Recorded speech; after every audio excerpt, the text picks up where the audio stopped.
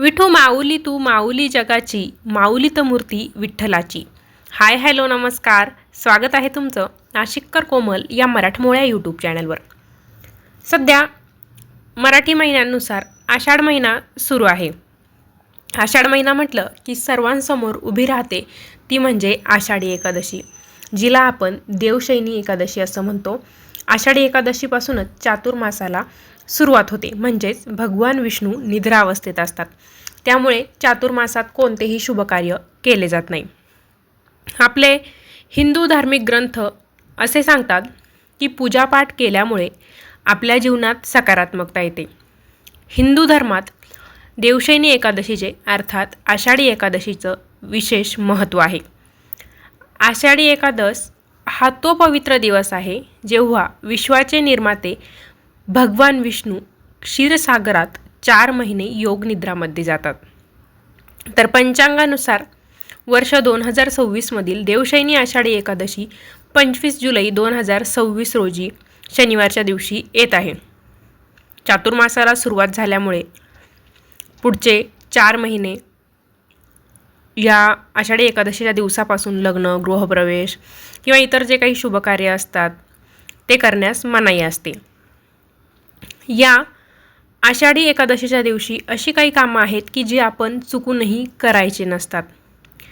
त्यामुळे व्यक्तीला मोठं पाप होऊ शकतं, जीवनात त्रास सहन करावा लागू शकतो. तर देवशयनी आषाढी एकादशीच्या दिवशी कोणती कामं आपण टाळायची आहे याबद्दलचीच माहिती मी तुम्हाला आजच्या व्हिडिओत सांगणार आहे. व्हिडिओ संपूर्ण बघा. व्हिडिओ बघत असताना कमेंटमध्ये जय हरी विठ्ठल असं नक्की लिहा. चला तर मग आजच्या व्हिडिओला सुरुवात करते. महत्त्वाची गोष्ट म्हणजे आषाढी एकादशीच्या दिवशी आपल्याला उपवास करायचा असतो. पण जर काही आजारी असाल, काही कारणास्तव उपवास करणं जमणार नसेल, उपवास तुम्हाला सहन होत नसेल, तर बऱ्याच घरी काय होतं की ज्यांना उपवास आहे त्यांच्यासाठी खिचडी, साबुदाणा वडा, भगर यांच्यासारखे उपवासाचे पदार्थ बनवले जातात. परंतु जे कोणी खिचडी खात नसतील, ज्यांना उपवास नाही, अशा व्यक्तींना मात्र भाताचा कुकर लावून दिला जातो. पण आषाढी एकादशीच्या दिवशी किंवा कोणतीही एकादश असेल तर त्या एकादशीला भात खाणं पूर्णपणे निषिद्ध आहे. धार्मिक मान्यतेनुसार एकादशीच्या दिवशी जर भात खाल्ला तर त्यामुळे पुढील जन्मात कीटक म्हणून जन्माला येतो. तसेच तामसिक अन्नाचं सेवन करायचं नाही. लसूण, कांदा, मांस, मद्य यांच्यासारखं तामसिक अन्न आपण सेवन करायचं नाही.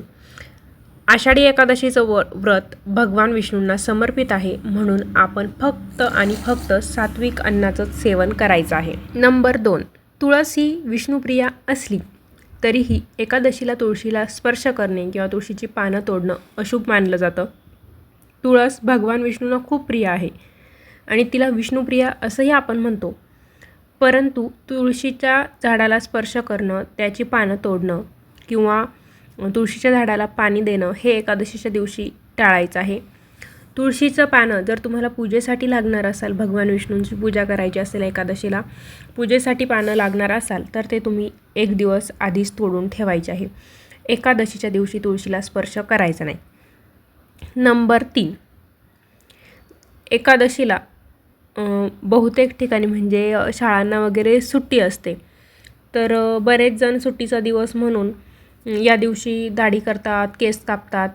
पण हे चुकीचं आहे. एकादशीच्या दिवशी केस कापणं, नखं कापणं, दाढी करणं या गोष्टी निषिद्ध मानल्या जातात. जर तुम्ही असं केलं तर दारिद्र्य आणि अशुभ परिणाम आपल्याला मिळतात, म्हणून या गोष्टी आपण एकादशीच्या दिवशी टाळायच्या आहे. नंबर 4, देवशयनी एकादशीचा दिवस म्हणजे अत्यंत पवित्र दिवस. या पवित्र दिवशी कोणत्याही प्रकारचं भांडण, वादविवाद, अपशब्दांचा वापर आपण टाळायचा आहे. मन, वाणी आणि आपली कृती शुद्ध ठेवणं महत्त्वाचं आहे. तुम्हाला समोरचं बळच तुमच्याशी भांडण करण्याचा प्रयत्न करत असेल, वाद करण्याचा प्रयत्न करत असेल, अपशब्द बोलत असेल, तरीही आपण संयम बाळगायचा आहे. शांत राहायचं, संयमी राहायचं आणि आपला राग नियंत्रित ठेवायचा आहे. मारामारी करणं, अपशब्द वापरणं या गोष्टी आपण एकादशीच्या दिवशी टाळायच्या आहे. ज्याला त्याला ज्याच्या त्याच्या कर्माची फळं भेटत असतात, म्हणून मारामारी करून किंवा अपशब्द वापरून आपण आपला एकादशीचा पवित्र दिवस खराब करायचा नाही. नंबर 5, आपण जेव्हा कोणताही उपवास करतो तर त्या उपवासाच्या दिवशी दुपारी म्हणजे दिवसा झोपणं निषिद्ध मानलं जातं. ठीक आहे, तुम्हाला बरं वगैरे वाटत नसेल तर तुम्ही झोपू शकता, पण व्यवस्थित आहे रोजच्या सवयीप्रमाणे झोपायचं असेल तर हे गोष्ट आपण टाळायची आहे.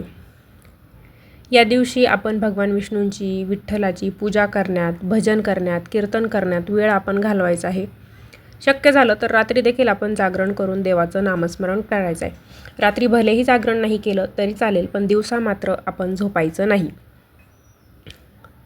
पुढची गोष्ट, या दिवशी कोणत्याही व्यक्तीचा आपण अपमान करायचा नाही, त्याच्याबद्दल वाईट विचार करायचा नाही आणि काही जर आपल्याबद्दल वाईट घडत असेल तर त्याचे दोष आपण इतरांना देत बसायचे नाही. थोडक्यात काय तर कोणाबद्दलही द्वेष किंवा नकारात्मक भावना आपल्या मनात आपण ठेवायची नाही. जास्तीत जास्त दान करा, सर्वांप्रती दयाळूपणाची भावना ठेवा, पवित्र ठिकाणी भेट द्या. कोणत्याही देणग्या स्वीकारण्यास आपण या दिवशी नकार करायचा आहे, कारण या दिवशी दानाचं विशेष महत्त्व आहे. जर तुम्हाला कोणी दान देत असेल तर ते आपण आनंदाने स्वीकारायचं आहे, कारण दान जर आपण नाकारलं तर त्यामुळे आपल्याला पाप लागतं आणि शक्य होईल आपल्या क्षमतेनुसार तेवढं दान आपण करायचं आहे आणि इतरांनाही दान करण्यासाठी आपण प्रेरित करायचं आहे. एवढ्या 6-7 गोष्टी आहेत की ज्या आपण देवशयनी एकादशीच्या दिवशी चुकूनही करायची नाही. आता त्याबद्दलची माहिती तुम्हाला मिळाली, पण या उलट देवशयनी आषाढी एकादशीला नक्की काय करायचं असाही प्रश्न आपला शिल्लक राहतोच. तर काय करायचं ते आपण जाणून घेऊया. एकादशीच्या दिवशी सकाळी लवकर उठायचं आहे. व्रत करायचं असेल नसेल, समजा तुम्हाला झेपत नसेल तर व्रत नाही केलं तरी चालेल, पण मनोभावे पूजा आपण तर करू शकतो. लवकर उठायचं, स्वच्छ स्नान करायचं, स्वच्छ कपडे घालायचं, त्यानंतर भगवान विष्णूंची मूर्ती स्थापित करायची आणि त्यांची विधिवत पूजा आपण करायची आहे. विष्णू सहस्त्रनामाचं पठण करायचं. ओम नमो भगवते वासुदेवाय, ओम नमो भगवते वासुदेवाय या मंत्राचा जास्तीत जास्त शक्य होईल तेवढा दिवसभर जप करायचा आहे. पांडुरंगाची सेवा करायची आहे. भगवान विष्णूंना फळे, फुलं, मिठाई, पंचामृत अर्पण करायचं आहे. जर आदल्या दिवशी तुम्ही तुळशीची पानं, मंजिरी तोडून ठेवली असेल तर ते देखील भगवान विष्णूंना अर्पण करायचं आहे. ब्राह्मणाला, गरजूंना दान करायचं आहे. व्रत करताना सात्विक आहार आपण घ्यायचा, सकारात्मक विचार ठेवायचे आणि आध्यात्मिक कार्यामध्ये आपण मग्न ठेवायचं.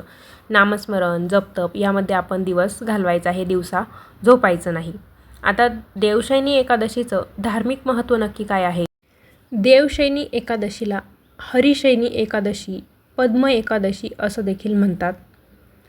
या एकादशीला एवढं महत्त्व आहे की या दिवशी चातुर्मासाला सुरुवात होते. म्हणजे काय तर भगवान विष्णू क्षीरसागरात योग निद्रामध्ये या दिवशी जात असतात आणि 4 महिने ते निद्रावस्थेत असतात. जेव्हा कार्तिक महिन्यात शुक्ल एकादशी, जिला आपण देवउठणी एकादशी किंवा प्रबोधिनी एकादशी म्हणतो, तर त्या दिवशी भगवान विष्णू निद्रा अवस्थेतून जागे होत असतात. चातुर्मास त्या दिवशी संपतो. तर हा जो देवशयनी ते देवउठणी एकादशीपर्यंतचा जो काळ असतो त्याला आपण चातुर्मास म्हणतो, जो आध्यात्मिक साधना आणि संयमाचा काळ आहे. या काळामध्ये विवाह, गृहप्रवेश, मुंडन यांच्यासारखे शुभकार्य आपण करत नाही आणि शुभकार्य या काळात करणं निषिद्ध देखील आहे. तर धार्मिकदृष्ट्या ही एकादशी खूप महत्त्वाची आहे. वारकरी मंडळींसाठी हा एक उत्सवच असतो. वारकरी पंढरपुराच्या जवळपास जाऊन पोचलेले आहे, कारण येत्या शनिवारी आषाढी एकादशी आहे, तेव्हा पंढरपुरात खूप गर्दी असते. तर अशा प्रकारे धार्मिकदृष्ट्या महत्त्वाची असलेली आषाढी एकादशी अर्थात देवशयनी एकादशी या दिवशी कोणत्या गोष्टी आपण टाळायच्या आहेत याबद्दलची माहिती आजच्या व्हिडिओत आपण जाणून घेतलेली आहे. व्हिडिओ आवडला असेल तर व्हिडिओला लाईक, शेअर करा. चॅनलवर अजून सबस्क्राईब केलं नसेल तर सबस्क्राईब करायला विसरू नका. पुन्हा भेटूया अशाच एका नवीन व्हिडिओसोबत. धन्यवाद.